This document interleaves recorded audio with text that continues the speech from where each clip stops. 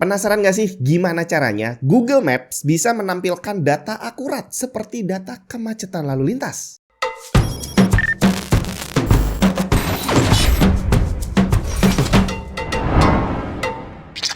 Google Maps atau lebih tepatnya Maps digital secara general itu udah menjadi salah satu bagian yang tidak terpisahkan dari kita nyetir setiap hari gitu ya. Saya sampai hampir lupa nih, zaman dulu sebelum ada Maps itu kita pergi-pergi nggak pernah mengandalkan HP atau Maps, nggak pernah lah, bawa peta itu nggak pernah. Jadi cuma ngandelin alamat yang dikasih sama temen gitu ya. Saya bisa pergi ke luar kota, ke tempat yang saya belum pernah datangi sama sekali, terus hanya ngelihat rambu-rambu, habis itu dikit-dikit nanya orang gitu ya, dan akhirnya nyampe juga ke alamat tujuan. Tapi sekarang kayaknya kita udah dimanja deh. Hampir nggak ada orang yang bisa nyari alamat dengan menggunakan alamat doang. Bahkan parahnya nih, ada juga beberapa kurir kiriman barang gitu ya. Terus ada supir taksi dan juga supir ojek yang zaman dulu di kepala kita mereka adalah orang-orang yang hafal jalan di suatu kota gitu ya.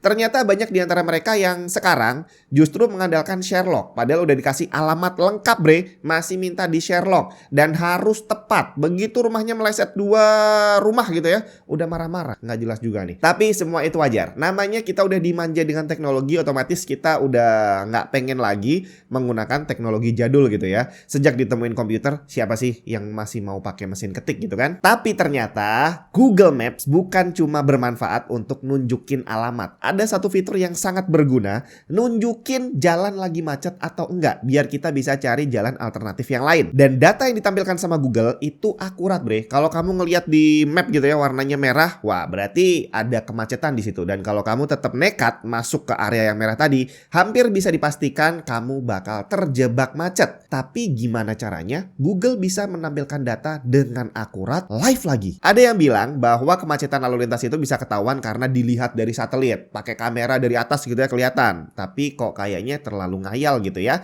Kita lihat aja apa yang dikatakan oleh Google. Kalau menurut Google, mereka menggunakan metode prediktif alias hanya memperkirakan apa yang akan terjadi. Tapi tentu saja bukan menggunakan ilmu mistis, tapi menggunakan teknologi, salah satunya adalah dengan AI. Untuk bisa memprediksi kondisi lalu lintas di suatu ruas jalan, Google akan melakukan analisa. Misalnya, dia mencatat kecepatan rata-rata kendaraan adalah 100 km per jam antara jam 6 sampai jam 7 pagi, tapi hanya 40 sampai 50 km per jam kalau pas siang. Kemudian data ini akan digabungkan dengan histori yang sudah pernah terjadi di masa lalu. Habis itu dengan sistem machine learning, Google akan memprediksi kira-kira apa yang akan terjadi ke depannya. Kapan akan terjadi kemacetan di sana? Canggih juga ya. Tapi apakah benar cara ini yang benar-benar dilakukan sama Google? Secara data yang ditampilkan itu akurat loh. Live, bukan prediksi. Karena kalau masalah kemacetan jalan itu banyak hal yang tidak bisa diprediksi. Seperti tiba-tiba di situ ada kecelakaan atau ada perbaikan jalan yang mungkin tidak terencana gitu ya. Dan itu adalah satu hal yang wajar dan sering kita temui setiap hari. Apakah bisa dengan sistem machine learning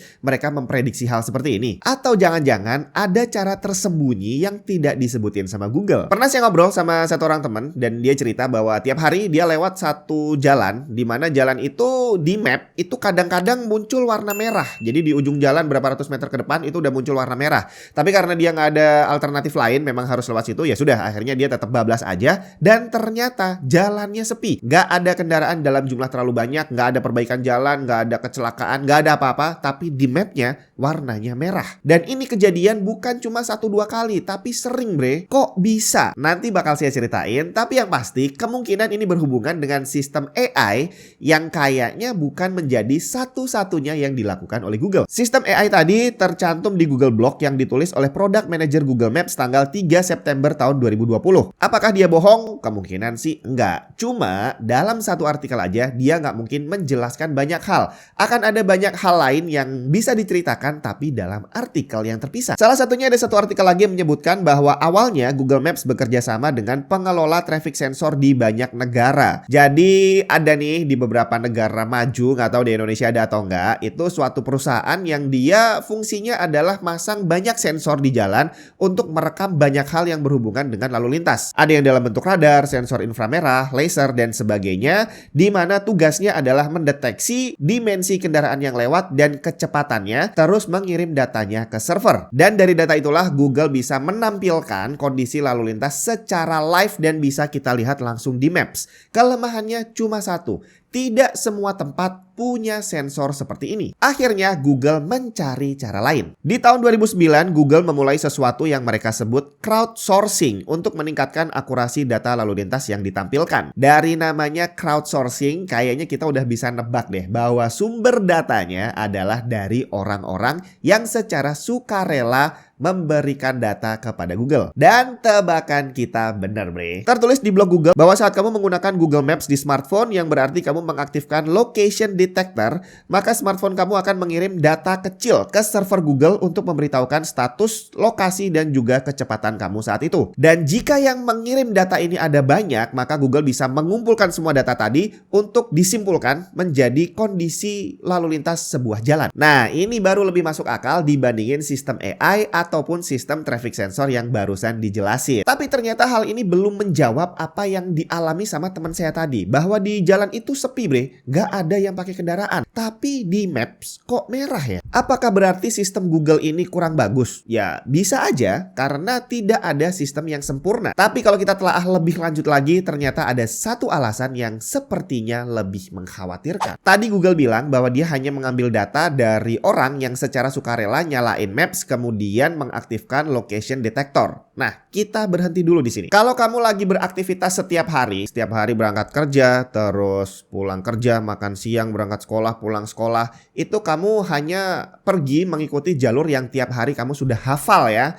Nah, kira-kira setiap harinya berapa banyak di antara kamu yang berangkat sekolah dan berangkat kantor harus ngaktifin Maps? Kalau saya sih enggak, karena setiap kali saya nyetir di dalam kota, udah hampir bisa dipastikan HP-nya masuk ke dalam tas dan dalam posisi standby. Enggak saya pakai sama sekali, apalagi ngaktifin Maps. Tapi kok bisa? Google masih bisa menampilkan data akurat untuk lalu lintas di dalam kota, di mana mayoritas pengguna jalan sedang tidak menggunakan Maps. Ayo loh. Nah, saat saya ngobrol sama teman saya tadi itu, kita juga akhirnya berujung ke sini nih. Apakah jangan-jangan dia ngambil data dari Maps? Nah, ternyata teman saya langsung ngeh dan dia langsung ingat-ingat, oh iya, jangan-jangan karena alasan ini. Jadi ternyata di sepanjang ruas jalan yang dia lewati tadi, yang di Maps ada merah tapi nggak ada mobil sama sekali, ternyata jalan itu dipenuhi konter HP berjajar-jajar. Dan kalau kita gabungin sama cerita bahwa Google mengambil data dari smartphone, ini masih agak-agak nyambung gitu ya. Jadi mungkin ada satu momen di mana semua konter HP yang ada di situ menyalakan HP di waktu bersamaan. Entah mungkin di saat waktu mereka buka atau di waktu mereka tutup.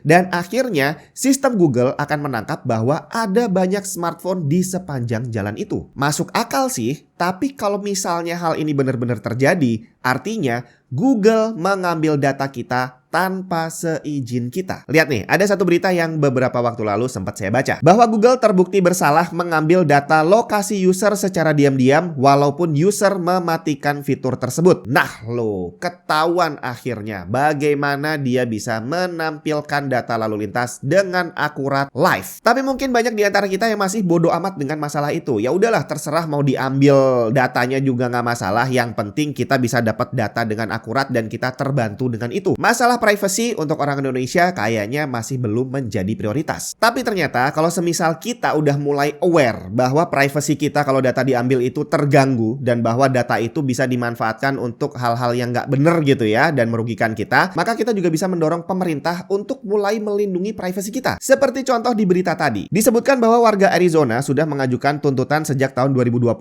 dan akhirnya karena bukti-bukti yang tidak bisa dibantah lagi, Google terbukti bersalah dan harus membayar denda hingga senilai 1,2 triliun rupiah. Dan konon ini adalah denda terbesar yang harus dibayar Google sampai hari ini. Jadi gimana menurut kamu? Kalau memang privacy tadi secara personal nggak ada pengaruhnya buat kita, tapi kalau kira-kira kita bisa nuntut dan bisa dapat ganti rugi secara finansial, kayaknya asik juga tuh. Cuma apakah mungkin dilakukan di Indonesia?